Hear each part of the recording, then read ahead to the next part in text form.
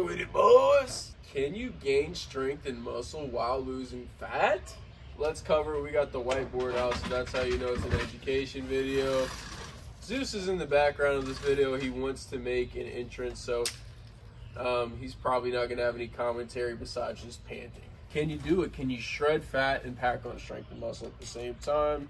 The short answer, because I hate 10, 20, 30-minute YouTube videos that just lead up to a short-ass answer, yes, you absolutely can. So over my transformation, I've never really bulked past 15% body fat because I've intuitively always known, the science says this now, that you don't have to bulk up to gain muscle. Do you know how I knew that? Because from experience, I gained 30 pounds of lean body weight my first year without gaining extra body fat. I don't need a study to, even if a study says it's impossible, I literally did it. So that was that, and I've seen people that have been lean their whole life pack on muscle. So I was like, okay, it's very well possible to do it. Now the question is it optimal? Yes, it is, because if you pack on a bunch of body fat trying to bulk, even though you don't gain muscle any faster, then you try to shred down, then you're in a suboptimal state to pack on muscle for a very long period of time. So let's say this person, they stay around 10 to 15% body fat, and throughout this time their training program is on point and their diet is solid. They're going to gain muscle like this, versus the person that bulks super intensely. They're actually going to match this 10 to 15% body fat person right here, or it's going to be close, and then they have to cut down. So then it's really going to slow down. The progress is going to slow down because those same guys that bulk up super fast do super fast cuts. It never makes any sense to me. And also, fat and muscle, they're two different cells. Fat loss and muscle growth are two different processes. So many people equate muscle growth to protein, and protein is important, but do you know what else is important? Carbohydrates, because carbohydrates give you the energy to, boom, execute your workouts. So when you're cutting, and a lot of old people, older guys, no offense, but this is what you were told at the time from Arnold. He stopped eating carbs before his show, this, that, the other. He also took steroids. That just helps a little bit. I'm being sarcastic. It helps a lot. That carbs are bad. If you're in a calorie deficit, it doesn't matter how many carbs you eat. Now, does that say you can eat all the carbs in the world? No, because you can't eat all the carbs in the world and still be in a calorie deficit, but carbs are good.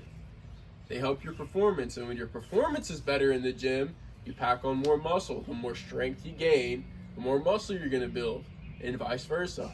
So make sure your training is dialed in.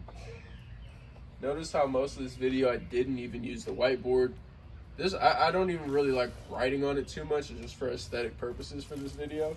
So training, if you guys don't know, the basic fundamentals of training, high intensity, and this one's coming out recently in the scientific community, but I've been preaching it since I was 17 years old, and I'm 25 years now. High frequency training, so doing a full body split, upper lower is cool, but full body is that thing, baby.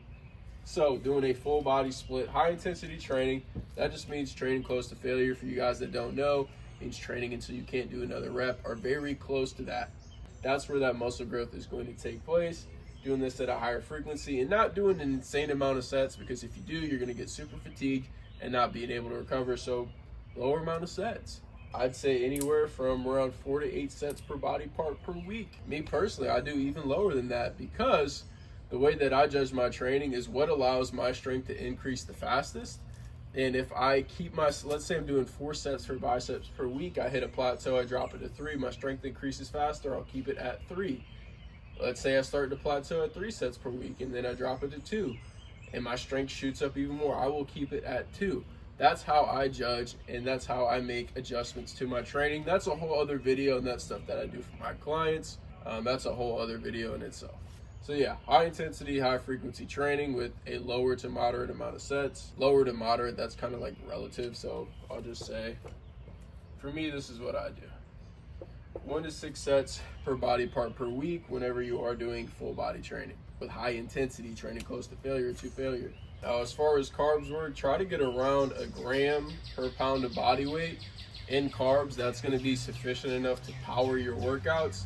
Now, if you have a lot of calories that you can work with, you have a super high calorie maintenance, you can't have more, it's great to get at least 0.8 grams per pound of body weight in protein. Some people are really fat and they don't need that much. It's not based off of your body weight, how much protein you need. It's based off of how much muscle mass you have. So let's just say this isn't real numbers. It's just an analogy. A 200-pound guy with 100 pounds of muscle isn't going to need as much protein as a 200-pound guy with 150 pounds of muscle. I feel like it's self-explanatory, but there's that protocol. 1 gram per pound of body weight. 1 gram. It really depends on how lean you are and how much muscle you have. It's not really a body weight thing in itself. This style of training, get in the right amount of carbs and protein, and make sure you're getting some healthy fats in your diet for hormone function, just feeling good, your skin, all that sort of stuff, while still being in a calorie deficit. You will be able to shred body fat, and with this style of training, which limits the amount of fatigue but keeps all of the proper stimulus for muscle growth, means you're going to pack on strength and muscle and shred body fat. This is the longer explanation. In short, yes, you should be gaining strength or at least maintaining strength on a cut, and you should be at least maintaining muscle. You really should be packing on muscle while still in a cut. This doesn't matter if you're advanced, a beginner, or intermediate. Now, if you're getting stage lean, that might be a different story, but if you're getting down to 8 to 10% body fat, you're 100% able to do this. You dig?